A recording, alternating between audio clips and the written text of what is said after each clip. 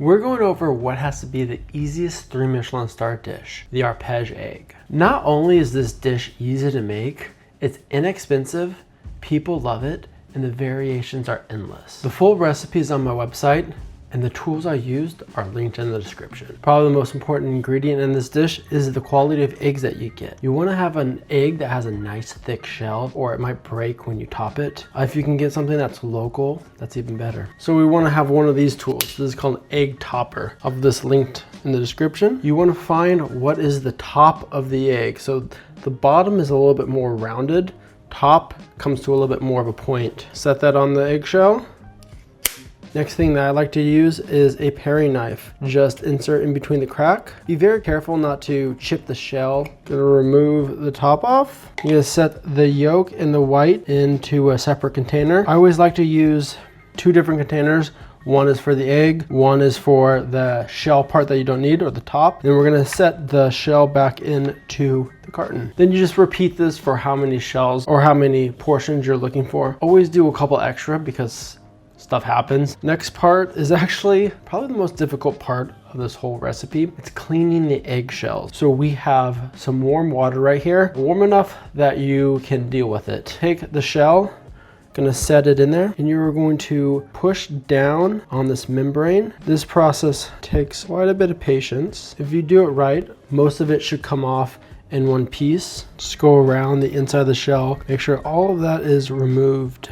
Give it one more rinse, nice and clean. And I like to go around with my finger and flick off any pieces that are cracked so that we have a nice clean cut. One of the eggs, you can see, doesn't have a nice straight line. It's kind of cracked right there. This is the main reason why you always want to do extra. Now, this egg isn't necessarily bad to use. When you're cooking and you're cooking at advanced level, it's all about the standards that you have as a cook.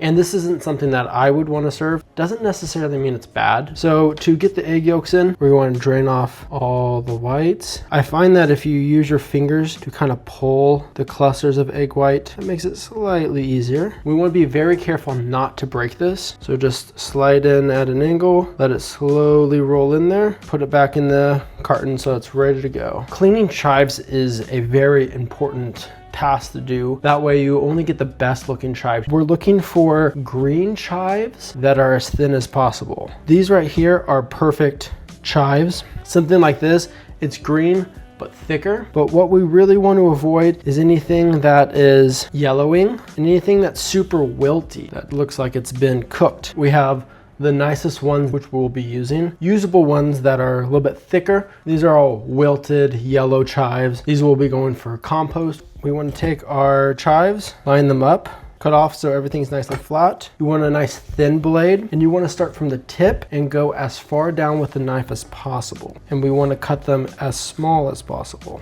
This is how most Michelin star restaurants are going to prefer their chives. Next, we're going to season up the eggs. First thing we want is some fleur de sel. Try to sprinkle this all over the egg yolk. We want to have a little bit of salt in every bite. Next step is some ground ginger. Should be pretty fragrant. I find the easiest way to do this is with a little demi-tasse spoon. Just a little bit on the tip. And then the last step is to cover it all in chives. Now these are all ready to go. If I wanted to do this for a dinner party, I would actually clean the eggshells, put the yolks back in, but don't add the salt, ginger, or chive yet because the salt will start curing the egg yolk. But you can store this in the fridge, cover with a little bit of plastic wrap for a couple hours, and then you're gonna do this right before you cook. But if you're gonna be cooking these in the next, I would say 20 to 30 minutes, they'll be perfectly fine like this. Next component of this dish is whipped cream. We want 100 grams of heavy cream, 5 grams of sherry vinegar, and then last is 2 grams of kosher salt. This to come to a nice soft peak. Whenever you're cooking, it's always super important to taste what you're making. It's definitely not lacking flavor. So then to bag it up, I like to use a cup to hold the bag. Hold the edges down a couple times. This will prevent you making a mess. You want to be very gentle with this. We want to try to knock out as little air as possible. And then to clean everything up, I like to use a bowl scraper. Use the flat end, push everything down. We want to knock out any air pockets. So for the maple syrup, to use either bourbon aged or vanilla infused maple syrup. I found that the easiest way to use the maple syrup is to put it into a mini squeeze bottle. This will allow you to control exactly how much maple syrup you want. To cook the eggs, we want a pot of water. We want the water level halfway up the pot, and we want a temperature around 175 degrees Fahrenheit, around 80 degrees Celsius. We're gonna cook this until we have a slight wobble. I wanna say between a minute and a minute and a half, but we're looking for the egg yolk to just set on the perimeter of the eggshell. These have been in for about a minute and a half. Easiest way to finish these egg yolks, right in the egg carton, we got maple syrup and our sherry cream. We don't want to fill the egg yolk up all the way. We want to have room for the maple syrup, and there should be a little bit of a peak in the middle, and then just a little bit of maple syrup right on top. And the idea when we're eating this is to go down through all the different layers and get everything in one bite. Flavor-wise, this dish is quite amazing. You have the warmness from the egg yolk, you have a little bit of spice from the ginger, you have herbaceousness from the chives, acidity from the cream, and a little bit of sweetness from the maple syrup. Hits so many different flavor notes. This is such a great dish to start any meal with, and you know, it's one of the easier dishes I've ever made. Do you want to refine your culinary skills at home? Sign up for my free newsletter. And if you enjoyed this video, watch this video next.